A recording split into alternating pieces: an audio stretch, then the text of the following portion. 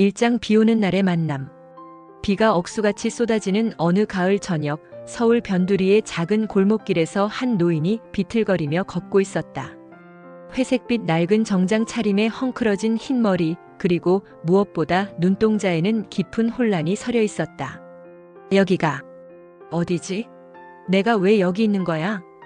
노인은 중얼거리며 주머니를 뒤졌다. 지갑도 신분증도 없었다. 오직 강민호라는 이름이 적힌 작은 쪽지 하나만이 젖은 주머니 깊숙이 구겨져 있을 뿐이었다. 아저씨, 괜찮으세요? 따뜻한 목소리가 들려왔다. 뒤돌아보니 40대 중반쯤 되어 보이는 여인이 우산을 들고 서 있었다. 단정한 앞치마를 두른 모습으로 보아 근처 식당에서 일하는 것 같았다. 저는 강민호라고 불러야 할 노인은 말을 잇지 못했다. 자신이 누구인지 어디서 왔는지 전혀 기억나지 않았다. 어머, 온몸이 다 젖으셨네요. 우선 따뜻한 곳으로 가시죠. 여인은 망설임 없이 자신의 우산을 노인과 함께 썼다. 그녀의 이름은 박수진. 남편을 5년 전 교통사고로 잃고 혼자서 작은 식당을 운영하며 살아가고 있었다. 이 장 따뜻한 보금자리. 따뜻한 국물부터 드세요. 수지는 김이 모락모락 나는 된장찌개를 민호 앞에 놓았다. 그녀의 식당 정든 집은 작지만 깔끔하고 정겨웠다. 고맙습니다. 정말 고맙습니다. 민호는 떨리는 손으로 숟가락을 들었다. 오랜만에 먹는 따뜻한 음식이었다. 며칠을 굶었는지 기억도 나지 않았다. 기억이 안 나신다고 하셨죠? 경찰서에 가보시는 게 어떨까요? 아니요. 왠지 경찰서는 가기 싫어요. 뭔가 불안해서. 수지는 민호의 두려워하는 모습을 보며 마음이 아팠다. 이 나이에 홀로 거리를 헤매야 하는 처지가 얼마나 막막할까. 그럼 우선 여기서 며칠 지내세요. 식당 위층에 작은 방이 하나 있어요. 그럴 순 없습니다. 폐만 끼치는데. 아니에요. 대신 식당 일을 조금 도와주시면 돼요. 설거지나 청소 같은 거요. 수진의 제안에 민호는 눈물이 날 것 같았다. 이 세상에 이런 천사 같은 사람이 있다니. 3장 새로운 일상. 며칠이 지나면서 민호는 정든 집의 일원이 되어갔다. 비록 기억은 돌아오지 않았지만 수진의 따뜻한 배려 덕분에 안정을 찾아가고 있었다.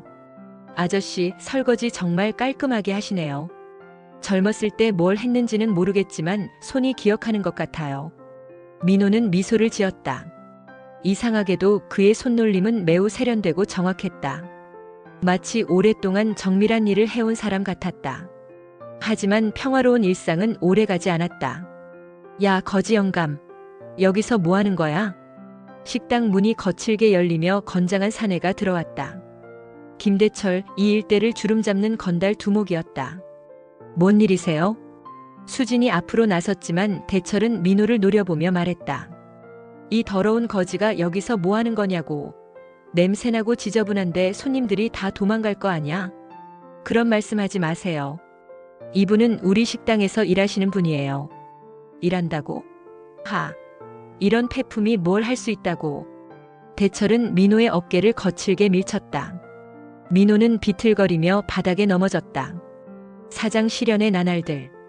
그날 이후 대철은 수시로 식당에 찾아와 민호를 괴롭혔다. 야, 영감, 아직도 여기 있네? 꼴도 보기 싫으니까 당장 꺼져. 어느 날은 민호가 정성스럽게 청소한 식당 바닥에 일부러 쓰레기를 뿌리기도 했다. 또 어느 날은 민호가 내놓은 반찬을 바닥에 엎어버리기도 했다. 아저씨, 참지 마세요. 신고할게요. 수진이 화를 내며 말했지만 민호는 고개를 저었다. 괜찮습니다. 저 때문에 수진 씨가 피해보는 건 싫어요. 민호는 대철의 괴롭힘을 묵묵히 견뎠다. 하지만 마음 한편으로는 분노가 끓어올랐다. 이상하게도 자신 안에 강인한 무언가가 꿈틀거리는 것을 느꼈다. 어느 날 밤 민호는 꿈을 꾸었다. 넓은 사무실, 고급스러운 정장을 입은 자신, 그리고 회장님이라고 부르는 사람들의 목소리. 하지만 깨어나면 모든 것이 안개처럼 사라져버렸다. 5장 깊어지는 정. 계절이 바뀌어 겨울이 왔다. 민호와 수지는 서로에게 없어서는 안 될 존재가 되어 있었다. 아저씨, 이거 드세요. 수지는 따뜻한 호빵을 민호에게 건넸다. 추운 겨울 아침 그녀의 작은 배려가 민호의 마음을 따뜻하게 했다. 수진 씨, 제가 누군지도 모르는데 이렇게 잘해주셔서. 아저씨는 좋은 분이에요. 그걸로 충분해요. 수진의 진심 어린 말에 민호는 가슴이 뭉클했다. 기억을 잃었지만 이 여인 곁에서 진정한 행복을 느끼고 있었다. 하지만 대철의 괴롭힘은 갈수록 심해졌다. 수진아, 이 거지랑 눈 맞은 거야? 차라리 나랑 사귀지 그래. 그런 말하지 마세요. 이 영감이 진짜 거슬려. 오늘은 좀 제대로 혼내줘야겠어. 대철은 부하들과 함께 민호를 골목으로 끌고 갔다. 육장 위기의 순간. 야 영감아, 오늘은 좀 아프게 맞을 각오해. 대철이 주먹을 휘두르려는 순간이었다. 그만두세요. 수진이 달려왔다. 그녀는 민호를 감싸며 대철을 막아섰다. 비켜. 이 여자도 같이 혼내줄까? 대철이 수진을 밀치려는 순간 민호의 눈빛이 변했다. 순간적으로 스쳐 지나간 기억의 조각들. 회의실에서 호통치던 자신의 모습, 직원들이 고개 숙이던 장면들. 당신이 누구든 이 여인에게 손대지 마라. 민호의 목소리에는 지금까지 볼 수 없었던 위험이 서려 있었다. 대철도 순간 주춤했다. 뭐야 이 영감이? 갑자기 몸폼 잡는 거야? 하지만 곧 정신을 차린 대철은 더욱 거칠게 달려들었다. 그때였다. 회장님. 멀리서 급히 달려오는 정장 차림의 남자들이 보였다. 그들은 명품 차에서 내린 후 이쪽으로 뛰어오고 있었다. 7장 기억의 귀환. 회장님, 드디어 찾았습니다. 달려온 남자는 민호 앞에서 90도로 허리를 굽혔다. 그는 대한실업 비서실장 이정우였다. 회장님? 이거지가? 대철은 어이없어 했지만 곧 상황을 파악하고 얼굴이 새하얗게 변했다. 강민호. 대한실업 회장. 민호의 머릿속에 기억들이 홍수처럼 밀려왔다. 자신이 누구인지, 어떤 삶을 살아왔는지 모든 것이 선명해졌다. 3개월 전 교통사고로 머리를 다쳐 기억상실증에 걸린 후 병원에서 사라진 것. 가족들과 회사 직원들이 전국을 뒤져가며 찾고 있었던 것. 그리고 지금까지 자신을 따뜻하게 돌봐준 수진의 모습까지. 정우야. 정말 너구나. 회장님, 그동안 얼마나 찾았는지 모릅니다. 아드님도 걱정이 정말 많으셨어요. 하지만 민호의 시선은 뒤에서 놀란 눈으로 바라보고 있는 수진에게 향했다. 8장 진실의 무게. 수진 씨. 민호는 수진에게 다가갔다. 그녀는 아직도 상황을 이해하지 못하고 있었다. 아저씨. 정말 회장님이세요? 네. 저는 대한실업 회장 강민호입니다. 하지만 그보다 더 중요한 건 저를 강민호로 만들어준 분이 바로 수진 씨라는 거예요. 수진의 눈에 눈물이 고였다. 자신이 그저 불쌍한 할아버지라고 생각했던 분이 이런 높은 분이셨다니. 저는 몰랐어요. 만약 알았다면 어떻게 하셨을 건가요? 아마 감히 가까이 하지 못했을 거예요. 민호는 수진의 손을 조심스럽게 잡았다. 그래서 더 고마워요. 강민호 회장이 아닌 그냥 한 사람으로 저를 받아주셨으니까요. 한편 대철은 바들바들 떨고 있었다. 자신이 그동안 괴롭힌 상대가 제게의 거물이었다니. 회장님, 저는 몰랐습니다. 정말 몰랐다고요. 민호는 차갑게 대철을 내려다봤다. 몰랐다고요? 당신은 힘없는 노인이라고 생각해서 괴롭힌 거잖아요. 만약 내가 정말 그냥 힘없는 할아버지였다면 계속 괴롭혔을 텐데 말이에요. 9장 정의의 실현. 정우야, 이 사람들에 대해 조사해봐. 알겠습니다, 회장님. 며칠 후 대철과 그의 일당들이 그동안 저질러온 온갖 불법 행위들이 드러났다.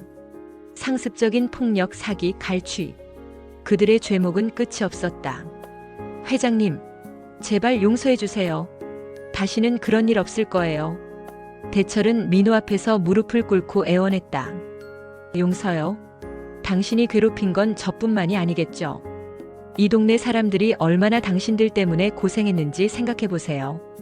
결국 대철 일당은 모두 법의 심판을 받게 되었다. 동네 사람들은 그동안 참고 살았던 두려움에서 벗어날 수 있었다. 10장 새로운 시작. 회사로 돌아간 민호였지만 그의 마음은 온통 수진에게 있었다. 매일 저녁이면 정든 집을 찾았다. 회장님이 이런 작은 식당에 오시면 안 돼요. 왜요? 이곳이 제가 진짜 사람이 될 수 있는 유일한 곳인데요.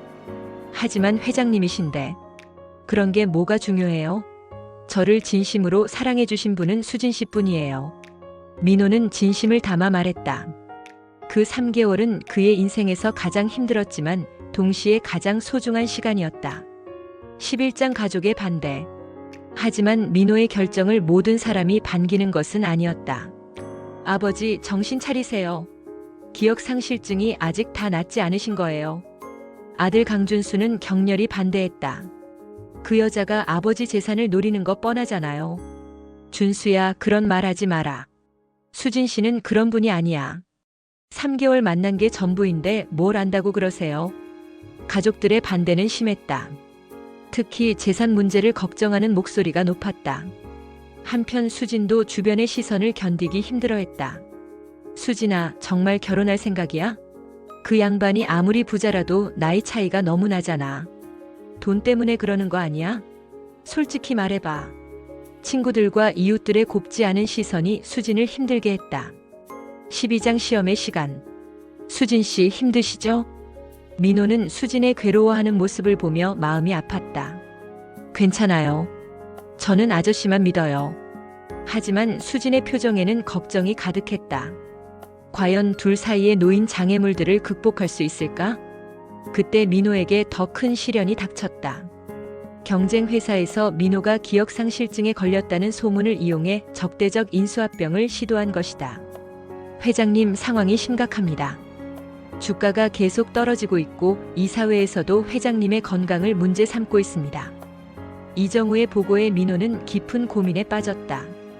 회사를 지키려면 모든 힘을 쏟아야 했다. 하지만 그러면 수진과의 시간은 줄어들 수밖에 없었다. 13장 선택의 기로. 수진 씨, 죄송해요. 당분간 자주 뵙기 어려울 것 같아요. 민호는 무거운 마음으로 말했다. 회사 위기를 극복하기 위해서는 모든 것을 포기해야 했다. 알아요. 아저씨는 많은 사람들이 필요로 하는 분이니까요. 수진은 담담하게 대답했지만 그녀의 눈에는 서운함이 가득했다. 하지만 제 마음은 변하지 않을 거예요. 저도요. 두 사람의 사랑은 시간과 거리를 견뎌내야 하는 시험에 들어갔다. 민호는 밤낮 없이 회사 일에 매달렸다. 경영진들과의 회의, 주주들과의 협상, 직원들의 사기 진작. 3개월의 공백을 메우기 위해 더욱 치열하게 싸웠다. 14장 위기의 극복. 회장님, 해냈습니다. 6개월 후 이정우가 기쁜 소식을 가져왔다. 적대적 인수합병 시도를 막아내고 오히려 회사는 더욱 성장할 수 있는 기반을 마련했다. 고생했네, 정우야. 민호는 피곤했지만 만족스러웠다. 하지만 더 중요한 일이 남아 있었다. 정든 집으로 가자. 오랜만에 찾은 정든 집은 예전과 달라져 있었다. 가게가 더 깔끔해지고 손님들도 늘어난 것 같았다. 어서 오세요. 아, 아저씨. 수지는 민호를 보자 눈이 휘둥그레졌다. 몇 개월 만에 보는 그는 완전히 달라져 있었다. 고급 정장의 당당한 자세, 그리고 무엇보다 자신감이 넘쳤다. 수진 씨, 보고 싶었어요. 민호의 진심 어린 말에 수지는 눈물을 흘렸다. 15장 마지막 장애물. 아버지, 아직도 그 생각이세요? 강준수는 여전히 반대하고 있었다. 그 여자와 결혼하시면 우리 가문의 체면이. 체면이라고? 민호의 목소리가 차갑게 변했다. 준수야, 체면은 사람이 만드는 거다. 진정한 체면은 돈이나 지위에서 나오는 게 아니라 인격에서 나오는 거야. 하지만 수진 씨는 아무것도 모르는 채로 나를 받아줬다. 그 사람의 마음이 얼마나 순수한지 너도 알게 될 거야. 민호는 아들을 설득하기 위해 수진을 가족 모임에 초대했다. 16장 진정한 인품. 가족 모임 날 수진은 떨리는 마음으로 민호의 집을 찾았다. 거대한 저택을 보며 다시 한번 현실을 실감했다. 어서 오세요. 민호가 직접 나와 맞이했다. 가족들은 수진을 차갑게 맞았지만 수진은 정중하고 예의 바르게 인사했다.